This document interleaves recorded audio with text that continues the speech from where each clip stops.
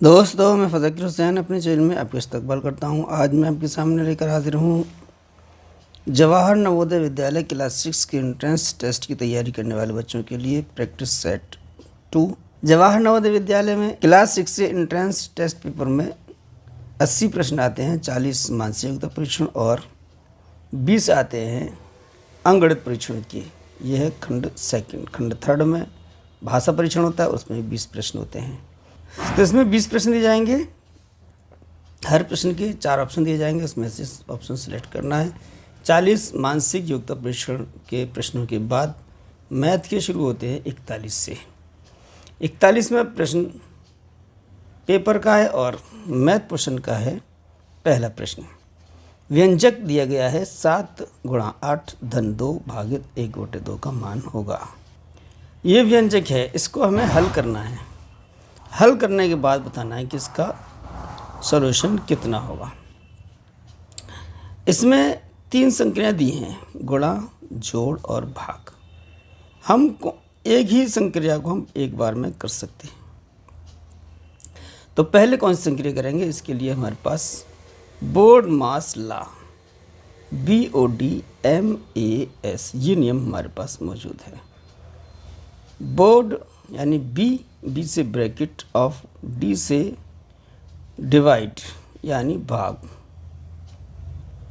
M से multiplication यानी गुणा और ए से है एडिशन यानी जोड़ और एस से है सब्ट्रैक्शन यानी घटाव। तो इसी क्रम में हमें करना है। पहले भाग करना है, मल्टीप्लाई यानी गुणा, फिर जोड़, फिर घटाव। तो अब इसमें देख रहे हैं पहले भाग करना है, तो ये है 2 का भाग देना है 1/2 में। इसको ऐसे ही रखना है। 7 × 8 धन 2। अब भाग करने में हम क्या करते हैं, ये हमारी भिन्न संख्या है। भिन्न का भाग अगर हम कर रहे हैं तो इसको भाग को गुणा में चेंज कर लें और इस भिन्न को जो दाईं तरफ है भाग के निशान की उसको उल्टा कर देते हैं, यानी 1/2 को 2/1 लिख देंगे। अब हमारे पास गुणा ये हो गया, गुणा ये होगा। तो पहले गुणा करेंगे 7 × 8 = 56 और 2 दूनी 4 बटे में 1 हो, इससे कोई फर्क नहीं। 1 का भाग देंगे तो 4 का 4 ही आएगा। अब इसमें क्या करना है, जोड़ना है। तो 56 और 4 कितने हो जाएंगे, 60। तो इसको हमने हल किया व्यंजक को, तो हमारा आंसर आया है 60। 60 है डी विकल्प में, तो डी विकल्प इसका सही है। अगले प्रश्न में -2 में से 2 घटाने पर शेषफल का मान निम्न में से क्या प्राप्त होगा। तो हमारे पास -2 पहले से ही मौजूद है और इसमें से घटाना है 2। तो -2 में से -2 घटाएं, तो अगर हमारा -2 है और -2 है तो फिर ये समान चिन्ह के हैं, जुड़ जाएंगे। यानी 2 घटाव के हैं तो 2 घटाव के हैं, तो 4 घटाव के हो जाएंगे। तो ये आ जाएगा -4। तो इसको -2 में से 2 घटाने पर -4 शेषफल आएगा। -4 है सी विकल्प में, तो सी विकल्प इसका सही है। अगले प्रश्न में रोमन संख्याएं दी गई हैं, इनको जोड़ना है। तो रोमन संख्याओं को पहले हम इंटरनेशनल नंबर में चेंज करेंगे। तो ये हमारा है LXV + XLV। तो ये X है हमारा, वो 10 को प्रदर्शित करता है। V है ये 5 को प्रदर्शित करता है, इनको जोड़ लेंगे। और L है वो 50 को प्रदर्शित करता है। अब यहाँ देखें L से पहले 10 हैं ये, तो इसका मतलब है L में से 10 घट रहे हैं, यानी L 50 है तो फिर 10 घट के ये आ जाएगा 40। और ये V हमारा 5 है, तो इनको जोड़ लेंगे। 50 10 60 5 65 प्लस 40 और 5 45, इनको जोड़ लेंगे। 10 5 4 और 1 5 और 6 11, ये आ गया हमारा 110। 110 डी विकल्प में है, तो डी विकल्प भी इसका सही है। 4 अंकीय कुल कितनी संख्याएं हैं, ये हमें बताना है। तो 4 अंकीय संख्याएं कहाँ तक होंगी, 4 अंकीय संख्याएं होंगी 9999। अगर इससे एक भी आज लेते हैं तो ये 5 अंकों की संख्या हो जाएगी। अब ये हैं हमारी 1 से लेके 9,999 तक इतनी संख्या होंगी। हमें सिर्फ निकालना है 4 अंकों वाली। तो 4 अंकों वाली, इससे पहले 3 अंकों वाली संख्याएं निकाल देंगे, इसमें से माइनस कर देंगे। 3 अंकों वाली संख्याएं होंगी 999, इसको घटा देंगे तो सिर्फ 4 अंकों वाली संख्याएं होंगी, क्योंकि इसमें 9,999 में जो संख्याएं वो 1 अंक वाली भी हैं, 2 अंक वाली भी हैं, 3 अंक वाली भी हैं और 4 अंक वाली भी हैं। तो इनमें 3 अंक वाली, 2 अंक वाली और ये है 3 अंक वाली, सब इसमें 2 अंक वाली भी हैं, 1 अंक वाली भी हैं। इसको घटा देंगे तो 1 अंक वाली, 2 अंक वाली, 3 अंक वाली इसमें से माइनस हो जाएंगी और सिर्फ बचेंगी 4 अंकों वाली। तो 4 अंकों वाली कितनी संख्याएं होंगी? 9 में से 9, 0, 0 में से 9, 0, 9 में से 9, 0 और ये आ गया 9। अब ये 9,000 हैं, वो सिर्फ बची हमारी सिर्फ और सिर्फ 4 अंकों वाली संख्याएं। तो 9,000 हैं 4 अंकों वाली संख्याएं और ये हमारा आंसर दिया है डी विकल्प में। तो डी ऑप्शन ही इसका सही है। अगला प्रश्न है 23 संख्या दी गई है, उस पर घात है 106। 23 पे घात 106 में इकाई का अंक क्या होगा? हमारे पास संख्या है 23 और 23 पे घात है 106 की। 23 की 106 घात को हम गुणा करें, यानी 23 को 106 बार गुणा करें तो फिर इकाई के स्थान पर कितना आएगा? तो हम देख रहे हैं यहाँ पर इकाई का स्थान 23 के 3 है। तो 3 है तो 3 को ही हम लेके देखेंगे कि इस पर अगर 106 घातें हों तो इकाई के स्थान पर कितना मान आएगा। वही 23 के 100 घात पे जो मान आएगा वो इकाई के स्थान पर वही होगा। तो हम देख रहे हैं कि अगर 106 में हम 4 से डिवाइड कर दें, यानी अगर 3 पे 1 घात होती है तो 3 आता है, 2 घात होती है तो 9 आता है, 3 घात होती है तो 7 आता है, 4 घात होती है तो फिर 1 आता है। उसके बाद फिर रिपीट होने लगते हैं। अगर 5 घात होगी तो 3 आएगा, 6 घात होगी तो 9 आया, इसलिए ये 4 तक हमारा डिफरेंस आ रहा है। तो हम इसकी 106 जो घातें हैं उसको 4 से डिवाइड कर दें। तो 4 से डिवाइड करने पर हमारा 4 दूनी 8, 2 बच रहे हैं, 6 का उतार ले लिया, 4 चिंग 24, अब हमारे बच्चे 2। अब यहाँ पर जो 23 हैं इस पे जो 106 की घात है इसमें 23 106 का को हमने तोड़ लिया 26 गुणा 4, यानी 26 बार अगर हम गुणा करेंगे तो लास्ट में हमारा 1 आ जाएगा। अब 3 पे घात बची हमारी 2, ये 2 शेष बच रहा है। तो अब इसमें कितना आएगा? तो यहाँ पर 23 को 26 और 4 बार आएगा, वो 1 आता रहेगा, 1 3 7 9। अब 3 पे स्क्वायर पे जो इकाई के स्थान पे आएगा वही अंक जो है वो 23 के 106 की घातों पर आएगा। तो 3 का वर्ग जब होता है 2 घात होती हैं तो कितना आता है? 1 घात होती है तो 3 आता है, 2 घात होती है तो 9 आता है इकाई के स्थान पर। तो 9 अंक आएगा।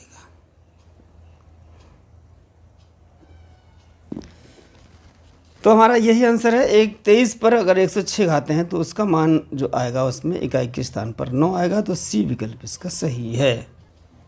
इस प्रश्न में संख्या दी गई है 2 3 4 और अंक 1 गायब है 5। ये 1 2 3 4 5 अंकों की संख्या है। इसको अगर ये 9 से पूर्ण विभाजित हो तो जो स्टार दिया गया है, जगह छोड़ी गई है, उसके स्थान पर कौन सा अंक होगा? तो कोई भी संख्या हो, हमारे पास है 3 अंकों वाली 2 3 4, ये हमारा स्टार यानी खाली स्थान है, ये है 5। तो ये संख्या 9 से तब डिवाइड होगी जब इसके अंकों का योग 9 से डिवाइड हो। तो पहले हम इसको योग कर लेते हैं। 2 धन 3 धन 4, यहाँ खाली स्थान पर हम x मान लेते हैं, धन 5। ये बराबर आना चाहिए 0 9 18 इस तरीके से। तो 0 तो आएगी नहीं, 9 आए 18 आए। अब 2 3 5 4 9 और 5 14 धन x। अब ये 14 है वो क्या है? 9 से अधिक है। तो 9 से अधिक है तो इसका मतलब है 18 होना चाहिए। 18 होना चाहिए तो इसका मतलब है x की वैल्यू कितनी आएगी? 18 14 में घटा देंगे, 18 में से हो जाएगा 4। यानी कि यहाँ पर जो अंक गायब है वो 4 होना चाहिए। जब ये 4 होगा यहाँ पर तब इनके अंकों का योग 18 हो जाएगा और तब ये 9 से विभाजित हो जाएगी। तो x की वैल्यू यानी स्टार के स्थान पर जो अंक आएगा वो 4 होगा। तो सी विकल्प इसका सही है। अगला प्रश्न दिया गया है, संख्या 12, 18, 24 के उभय निश्च गुणनखंडों की संख्या कितनी है? एक व स्वयं को छोड़ दें। यानी स्वयं को और एक को छोड़कर कितने गुणनखंड होंगे? तो इसमें हम निकालेंगे 12 के गुणनखंड। 12 के गुणनखंड निकालने हैं तो 1 इसका गुणनखंड है, 2 भी है इसका गुणनखंड, 3 भी है, 4 भी है, 6 भी है और 12 स्वयं भी गुणनखंड है इसका।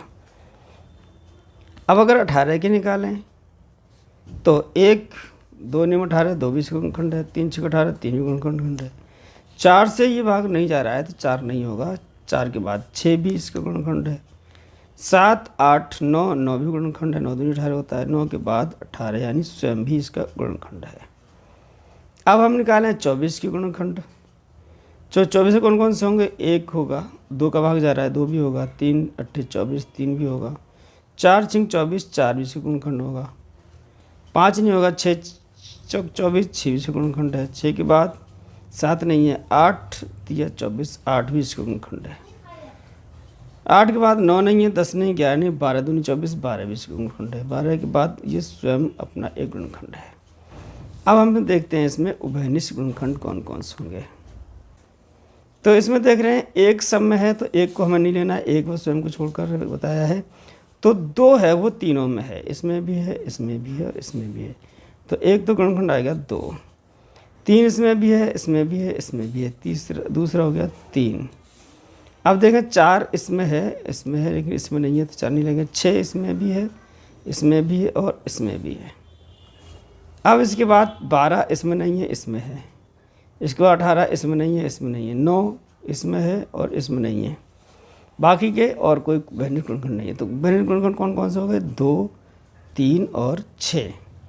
यानी हमें संख्या बताना है कितने गुणनखंड हैं उभयनिष्ठ, वो 3 हैं। 3 उभयनिष्ठ गुणनखंड 3 दिया है सी विकल्प में, तो सी विकल्प इसका सही है।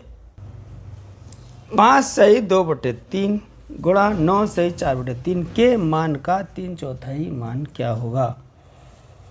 तो इसके मान, पहले इसका मान निकालते हैं, उसके बाद 3/4 इसका निकालेंगे। तो ये है मिश्र भिन्न में। मिश्र भिन्न को ख़त्म करने के लिए 3 पंजे 15 गुणा करके 2 जोड़ देते हैं। 5 सही 2/3 गुणा कर रहे हैं 9 सही 4/3। इसको गुणा करेंगे 3 गुणा 5 धन 2/3 गुणा 9 गुणा 3 धन 4/3।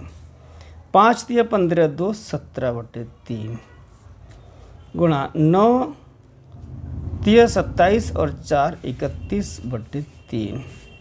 ये गुणा हो गया 17 कम 17 के 7, 17 तिया 51 और 1 52/3 53 9। अब निकालना है इसका 3/4 यानी 3/4 मतलब 4, किसी के 4 हिस्से करें उसके 3 हिस्से। का की जगह हम क्या निकालते हैं? गुणा कर देते हैं। 527/9 गुणा 3/4। 3 से ये भाग चला जाएगा, 3 3 9। 4 से भाग नहीं जाएगा तो 527 ऊपर रहेंगे, 4 का गुणा कर देंगे 3 में, 4 तिया 12।